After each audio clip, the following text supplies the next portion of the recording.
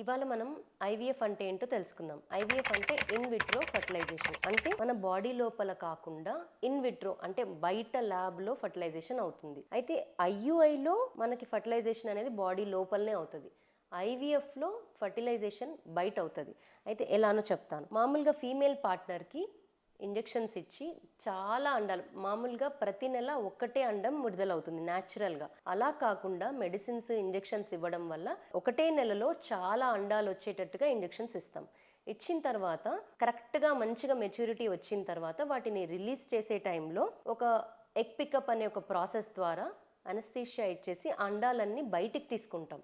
Husband side నుంచి sperm కూడా sample తీసుకుంటాం. దాంట్లో మంచిగా ఉన్న హెల్దీగా ఉన్న స్పర్మ్ని హెల్దీగా ఉన్న అండంతో బయట అవుట్ సైడ్ ఎన్విరాన్మెంట్లో టెస్ట్ ట్యూబ్లో అలా కలిపి ఫర్టిలైజేషన్ చేసి ఎంబ్రియో ఫామ్ అవుతుంది.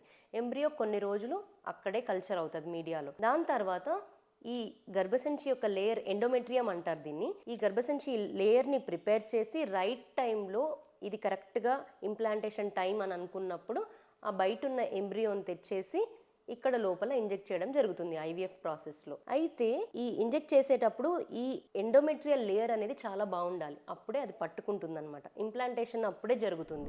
ఐవీఎఫ్లో సక్సెస్ రేట్ వచ్చేసి 70 to 80% అండి. మిగతా 20 to 30% ఫెయిల్యూర్స్ ఉంటాయి. ఎందుకు అంటే మనం తెచ్చి ఎంబ్రియోని గర్భసంచిలో వదిలిపెడుతున్నాం, కానీ గర్భసంచి దాన్ని యాక్సెప్ట్ చేయాలి, దాన్ని పట్టుకోవాలి, ఇంప్లాంటేషన్ జరగాలి.